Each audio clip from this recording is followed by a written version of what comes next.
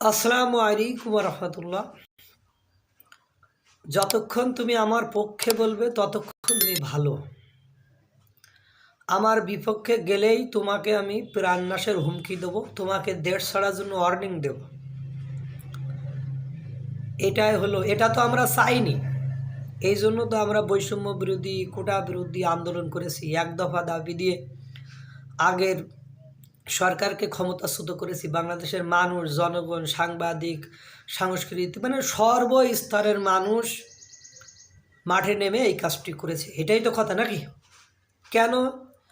কারণ আগের সরকার তার বিরোধী দলকে সমালোচনা করতে দেয়নি, মানুষের বাকরুদ্ধ করে দিয়েছে, বাক স্বাধীনতা হরণ করেছে, তাদেরকে কোনোভাবে করে স্কোপ বা স্পেস দেয়নি যে তার সমালোচনা করার, তার বিরোধিতা করার, তার বিপক্ষে কথা বলার। এই জন্য তো সর্বস্তরের মানুষ, ওনারা তো বলে 18 কোটি 20 কোটি মানুষ, মানুষ চায় না, আগের সরকারকে চায়নি, তার বিরুদ্ধে মাঠে নামছে। তার কারণেই তো আন্দোলন হয়েছে, তার কারণেই তো আগের সরকারকে দেশ ছেড়ে চলে যেতে হয়েছে। এই বৈষম্যহীন রাষ্ট্রে এসে এত সংগ্রাম, এত রক্ত, এত কিছু হলো, সেই রাষ্ট্রে এসে যখন মঞ্জুরুল আলম পান্না, বিশিষ্ট সাংবাদিক, উনি যখন মিডিয়াতে এসে বলেন যে আমাকে প্রাণনাশের হুমকি দিয়েছে, আমি যাতে আওয়ামী লীগের পক্ষ নিয়ে কথা না বলি, সরকারের বিরুদ্ধে না বলি। যদি উনি বলছেন আমি একদিন এ কারণে ভিডিও ছাড়িনি, অনেকের অনুরোধে, তা আমি এর আগে আওয়ামী লীগের সময়ও যখন আওয়ামী লীগের বিরোধিতা করতাম, তখনও সেই সরকারের কাছ থেকে বিভিন্নভাবে হ্যারেস হয়েছি, বিভিন্নভাবে থ্রেট খেয়েছি। কিন্তু বর্তমান সময়ে এসে আমি কথা বলে, আমি যদি সেই একই থ্রেট, আমাকে প্রাণনাশের হুমকি দেয়, তা আমাকে আবার লোকে সমালোচনা করেছে যে আপনারাই তো ওই সরকারকে চাইনি, এখন আপনার লাল স্বাধীনতা আপনি ভোগ করেন।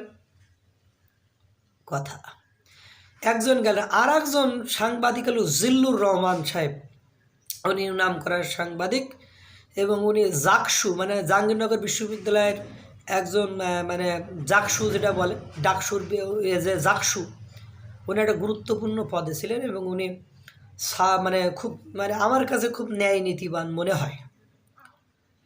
ওনার আগের আমলের সরকারের সময় উনি থ্রেট খেয়েছেন বা করেছেন, কিন্তু উনি আগের সরকারের বিরুদ্ধে একের পর এক কথা বলে গিয়েছেন, সমালোচনা করেছেন, কোনো থ্রেটকে ভয় পাননি, কোনো কিছুতে ভয় পাননি। কিন্তু কথা হলো বৈষম্যহীন নতুন বাংলাদেশে এসে ওনার মতো ব্যক্তি যখন মিডিয়াতে এসে বলে আমাকে দেশ ছেড়ে চলে যাওয়ার কথা বলা হয়েছে বা প্রস্তাব দিয়েছে, আমি বলেছি যে আমি যতদিন এই সত্যের পথে থাকতে পারবো, ততদিন যে পেশায় আছে এই পেশা আমি পরিচালনা করব। যখন পারবো না, তখন প্রয়োজনীয় দোকানপাট দিয়ে খাবো, ব্যবসা করে খাবো, আলু পটল বিক্রি করব। তারপরেও আমি যেটা সত্য, যেটা আমার দেশের জন্য অমঙ্গলজনক, যেটা কল্যাণকর নয়, সেটা আমি বলে যাব। এই অবস্থা। এরপরে আপনি সাংবাদিক মাসুদ কামাল সাহেব, ওনাকে নিয়েও একই কথা। আর আমাদের মতো দুধ ভাত মার্কা ইউটিউবার, এদেরকে আর তো নাই বলি, মাঝে মাঝে আমাদেরও এরকম হুমকি ধামকির সম্মুখীন হতে হয়, বিভিন্ন জায়গা থেকে ফোন আসে। তা আমরা যে দেশ, যে স্বাধীনতা, যে মঙ্গল, যে কল্যাণের নিমিত্তে এত কিছু করলাম বা এত কিছু দেশের মানুষ করলো, তার প্রতিফল কি এই সাংবাদিকরা এভাবে পাচ্ছে যে তাকে ডেকে নিয়ে হত্যার হুমকি দেওয়া, প্রাণনাশের হুমকি দেওয়া, তাকে দেশ ছেড়ে যাওয়ার কথা বলা?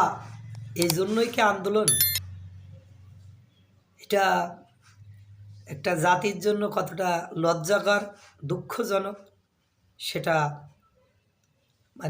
বলার অপেক্ষা রাখে না। আল্লাহ তাআলা সকলকে সঠিক সুন্দর ভালো পথে চলার তৌফিক দান করুক। আল্লাহ তাআলা সকলকে ভালো রাখুক, সুস্থ রাখুক। আসসালামু আলাইকুম ওয়া রাহমাতুল্লাহ।